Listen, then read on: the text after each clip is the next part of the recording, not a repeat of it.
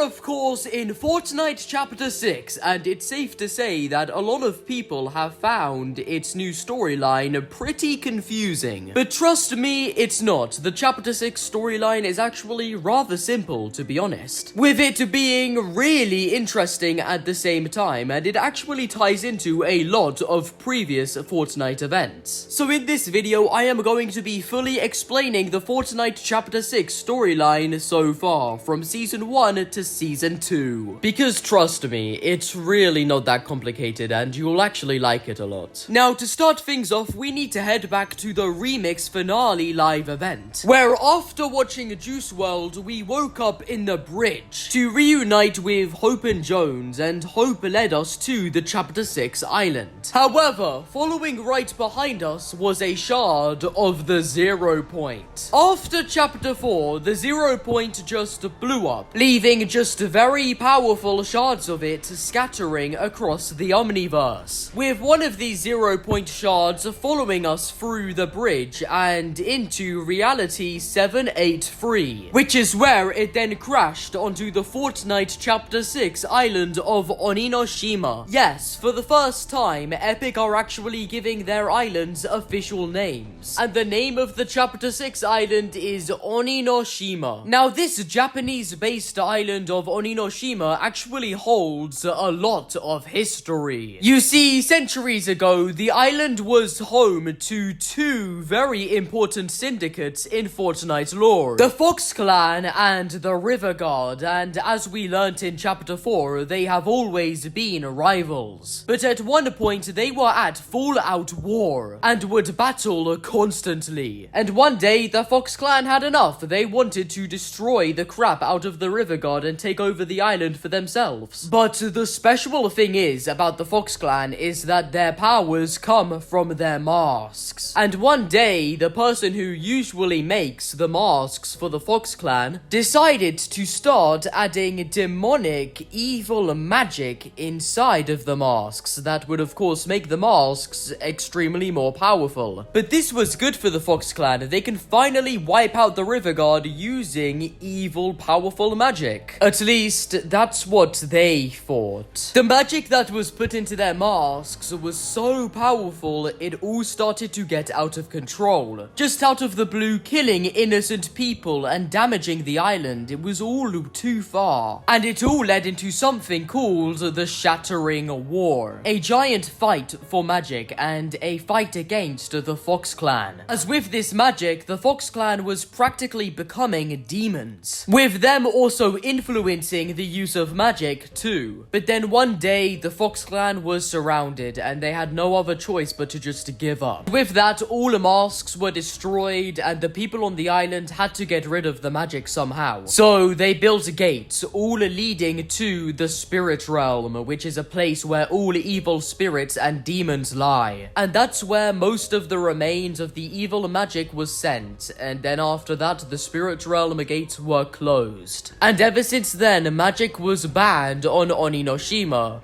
Until now. The impact of the Zero Shard caused the old Spirit Realm gates to reawaken, with demons leaving the Spirit Realm to then step foot on the surface of Oninoshima. And as the Spirit Realm is linked once again with the island, magic is now back. It's reawakening, and everybody is starting to notice. Now, Hope is no longer known as Heroic Hope. She's now known as a Shadow Blade Hope with a new ninja style. And Jones is back to his usual vengeance self, not being Captain Jones anymore. But the main question is, why are Hope and Jones here? Like, why are they specifically on the Chapter 6 island? Well, she was actually called to the island by Pandora's box. She said this to her sister during Remix. Yeah. I think it's time for me to go. With all of your connections, you probably know this already. But Pandora's box is a part of something bigger. I can't shake the sense that I'm a part of it too. I don't know where I'm going or when we'll see each other again. So yeah, for some reason, Hope was guided to the island by the Oracle to fix important matters related to Pandora's box, and of course, Hope brought Jones with her. But yeah, as of now, Hope and Jones are actually looking for the 0-point shard that landed on the island. I came here searching for something, a strange and powerful artifact. Let's just say, it doesn't surprise me that this island's myths and ancient magics are waking up. So the Oracle, or Hope, saw a prophecy of the 0-point shard, and somehow the shard is the key to painting the bigger picture of Pandora's box. Now, when Hope landed on the island, she met this guy named Kendo, who is a resident and a samurai of Oninoshima. And when the two met, they instantly clicked, becoming very good friends. Kendo is also confused why all of the magic is starting to wake up on the island again, so he joins Hope in search for the 0-point shard. But when looking around, they came across one of the demons that came to the island by the spirit realm gate. And this demon's name was the Night Rose, and she was kind of like leading the new pack of demons. Well, at least that's what it seemed. Hope and Kendo then chased the Night Rose throughout Seaport City, and then across the whole island, until the Night Rose reached a spirit realm gate, and that's when a much larger demon came out. This big-ass demon being named Shogun X, and he is actually like the main alpha of the demons on the island. And this was our main introduction to the main villain of FORTNITE Chapter 6, Season 1, Demon Hunters. But wait, I thought the Night Rose was the main villain of Chapter 6, Season 1. She wasn't very nice in the trailer. And well, this is actually because the Night Rose is being puppeteered by Shogun X. Yeah, she's being full-on controlled by the demon, I'm not even joking. The Night Rose actually used to be a normal girl who was very interested in demonic magic. However, one day, Shogun X approached her and completely took over her. And for centuries, the Night Rose has practically been puppeteered by Shogun X. Moving on, Kendo has lived on this island for practically the whole of his life, and he actually has 2 siblings. Kendo has a sister named Jade, who is very curious about the island's history and magic. However, she is also very reckless. More on that in just a bit though. The two also share an older brother named Daigo.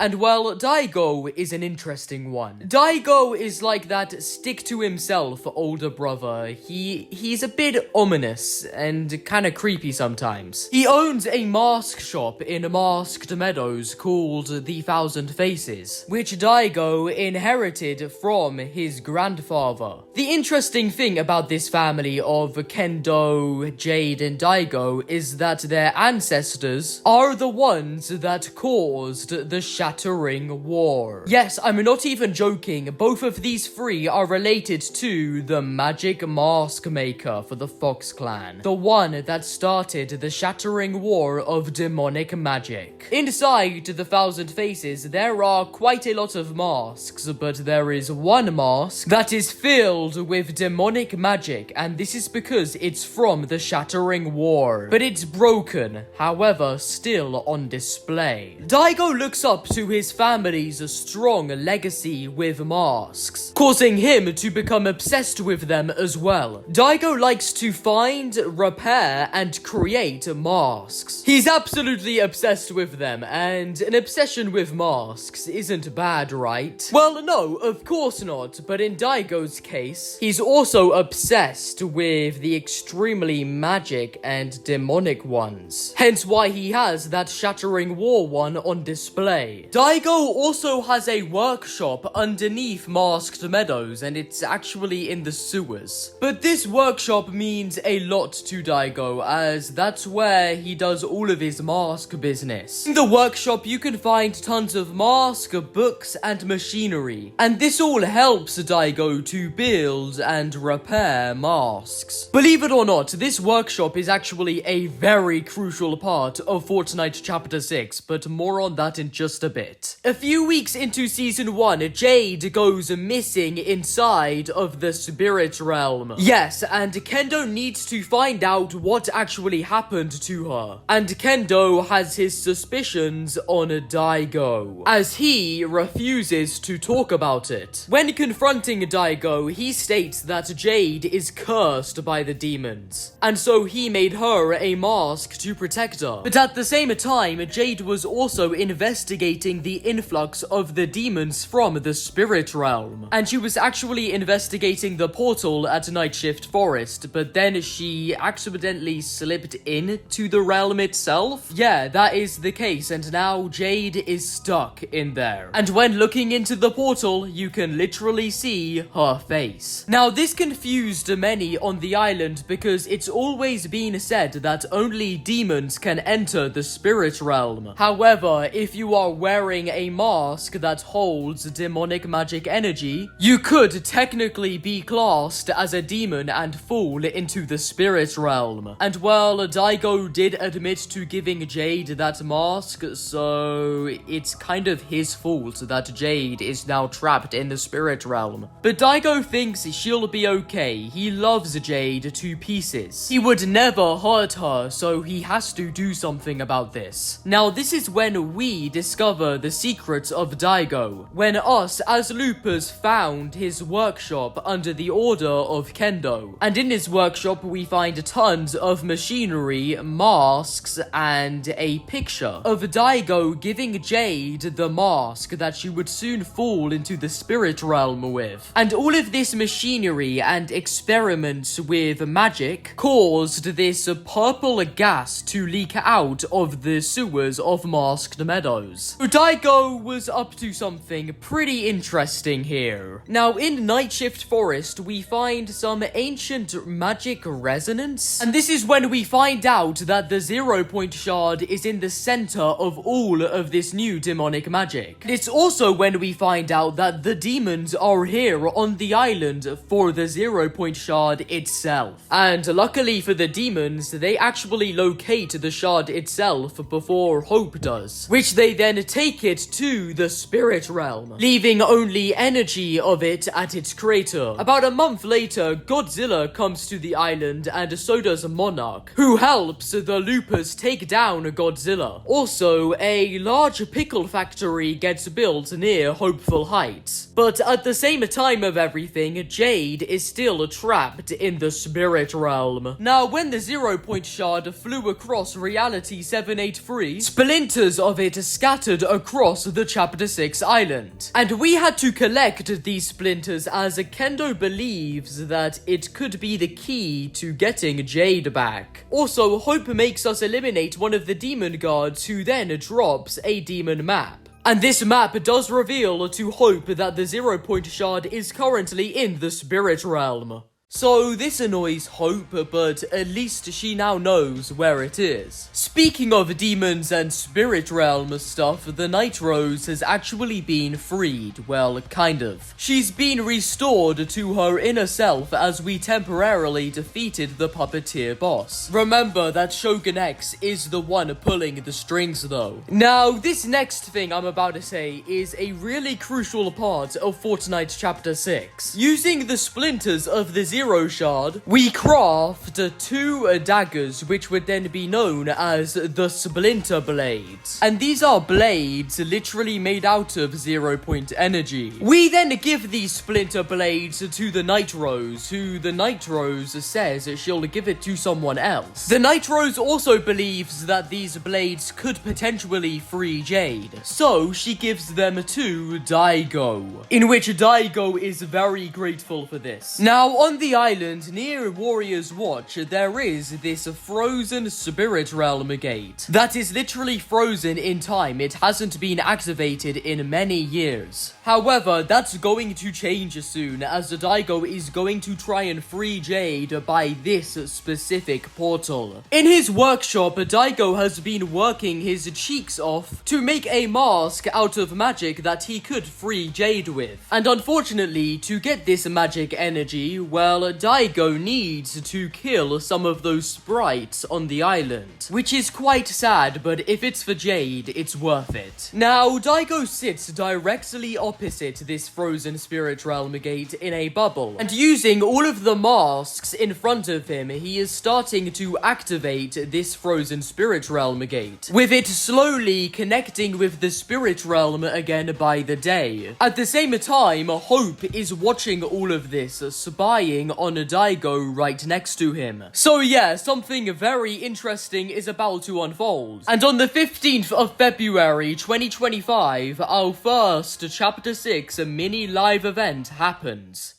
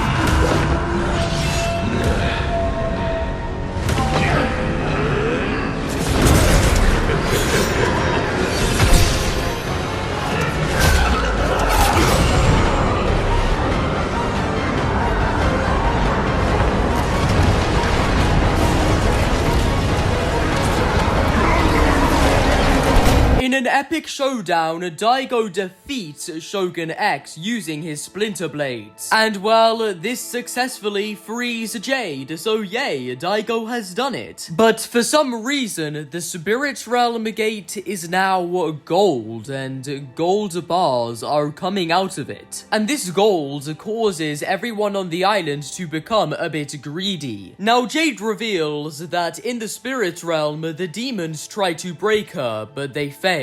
However, there was a dark presence in there, and it had the 0-point shard. Jade also said that this dark presence knew about her, Daigo, and her family's dark legacy. So this was rather interesting. Also, during this event, there was a split second where Daigo looked into the spirit realm itself. And that's when him too saw this darkness. This darkness only intrigued Daigo more. Oh, and I forgot, in season 1 we were introduced to this big turtle who was destined to find his long lost love. And after taking care of the turtle for a bit, the turtle then was reunited with his lost love. So this big ass turtle did get his happy ending. Some time then passed on the island, and this whole entire new golden tinted crime biome appeared on the island. And in the center of it all is a crime city. And this is when we were brought into Chapter 6, Season 2,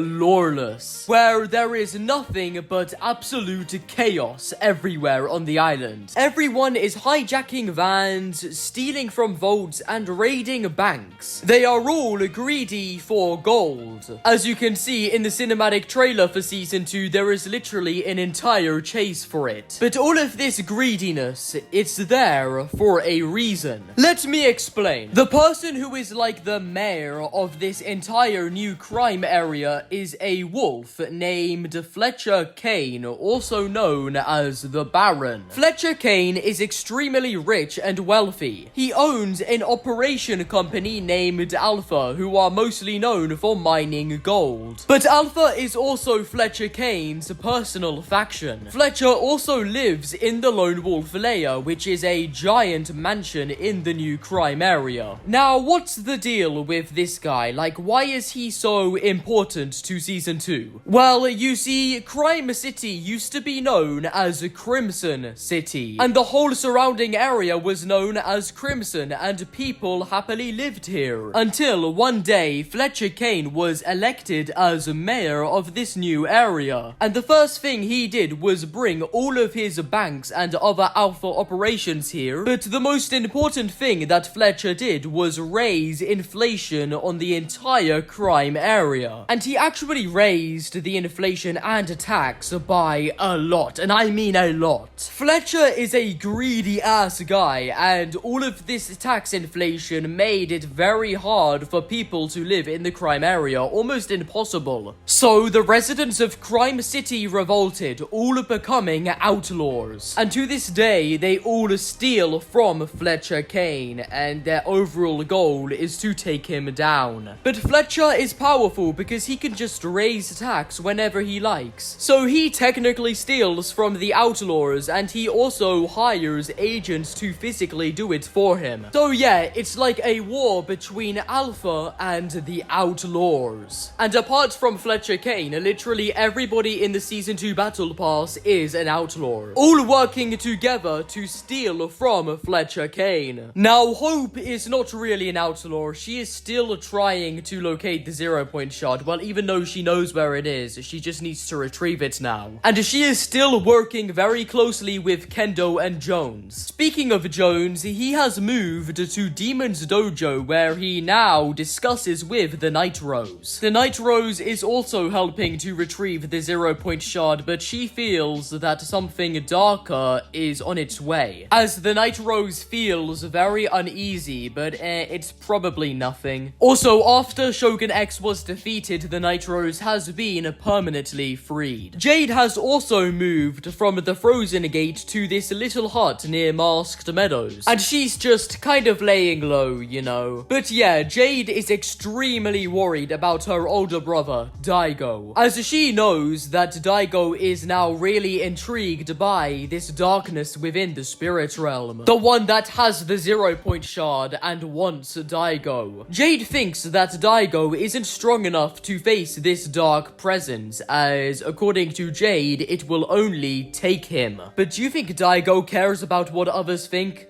Hell no. As of now, Daigo is laying very low in his workshop, so trying to think of something that he could face this darkness with. Daigo did also move the Shattering War Mask down with him. Daigo is actually an extremely crucial character of Season 2, probably the most crucial, but more on that in just a bit. Now, around the island, there are black markets, and these are the places where the outlaws lay low. One of these outlaws being an opossum named Skillet, and he is kind of like the alpha of the outlaws. Yeah, and he gets us to steal a lot of stuff from Fletcher Kane. But then we meet up with Valentina, who we have to protect whilst she's hacking into Fletcher Kane's safe in Outlaw's Oasis. Fletcher Kane is also a bit like Kato Thorne. He owns quite a few resorts, but he's mostly known for his mining and obsession with gold. gold. Like, literally, just to look at the crime biome, there are tints of gold everywhere, and this all comes from his mines. In Season 2, there is also this outlaw named Big Dill, who is a pickle, and he was born in the Kappa Kappa factory. Big Dill is also a rapper and a part of the Tasty Boys, alongside with the Brat. And he is mostly known for his song Run Amok that he sings during the Chapter 6 Season 2 cinematic trailer. Now, what does Fletcher Kane want? Well, he wants to get rid of the outlaws on the island. So basically, he wants full power, and he also wants to specifically eliminate Midas. A bit of history: before Fletcher Kane took over the crime area, he was actually very good friends with Midas. Until Midas ditched him and became an outlaw due to all of the crazy things that Fletcher was doing. And Fletcher took this as a betrayal from Midas, so he now fully targets him. If any of you see Midas in the field, you know where to aim. I want those golden hands mounted on the walls of my study. We have a Midas sighting, sir. Then why are you talking and not shooting? At the same time of all of this, we also help Cassidy Quinn steal one of Fletcher's favorite cars. Sir, they took your car when we were looking, and retrieve my stolen vehicle, or I'll retrieve your worthless hides. There are outlaws in my home. What am I paying you for? Eliminate them! So Fletcher is being driven crazy, and he is also the first person to receive voice lines in FORTNITE Chapter 6. Well, Fletcher and his henchmen, of course. And Fletcher just keeps raising the bounty for Midas. He wants him down. The bounty on Midas just went up tenfold. If you want to become wealthy beyond imagining, bring me the man with the golden hands. Alpha team's down. They need backup.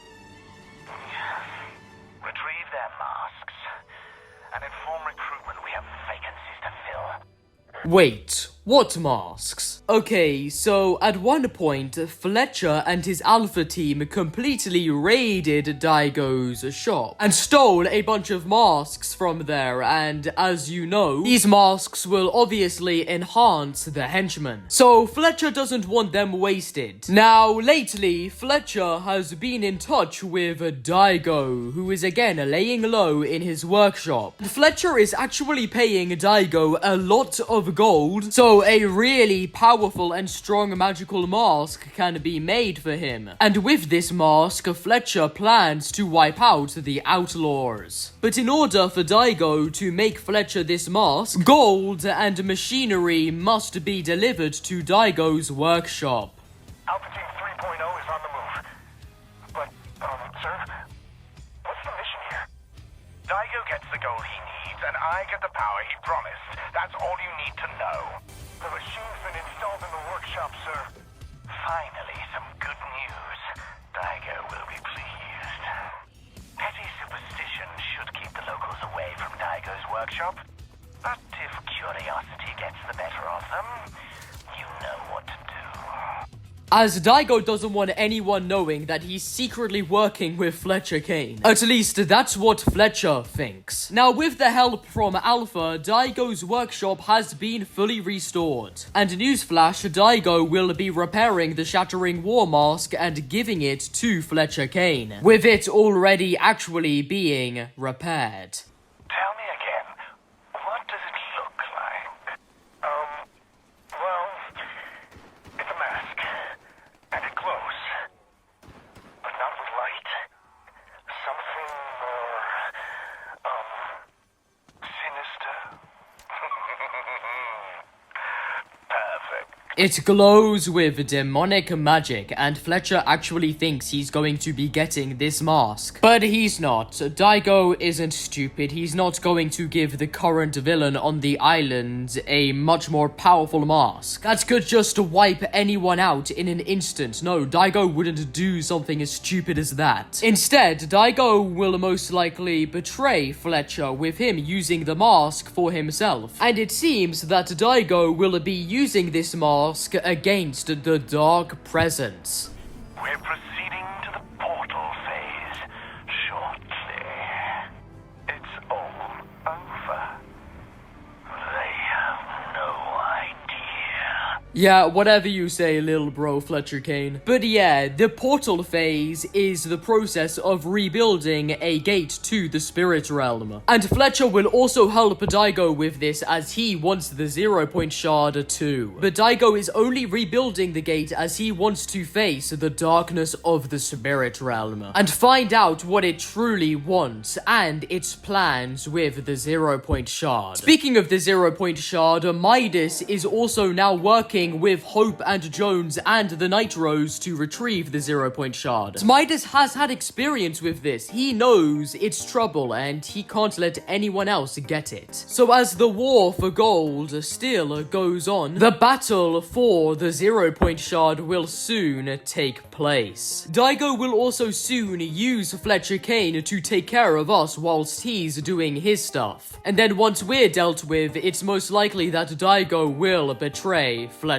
Kane. So Fortnite Chapter 6 really is the chapter for the masks. Either way, that is the Chapter 6 storyline so far from Season 1 to 2. I hope you all enjoyed it, and next season I will be including the addition of the Season 3 storyline to this video. If you want to support the channel, well, please subscribe to the channel and like the video, and also why not join my Fortnite Discord server? The link is down in the description below. With that said, I hope this video helped you to understand the Chapter 6 storyline, and have a great rest of your day or night, and I'll see you all later. Goodbye.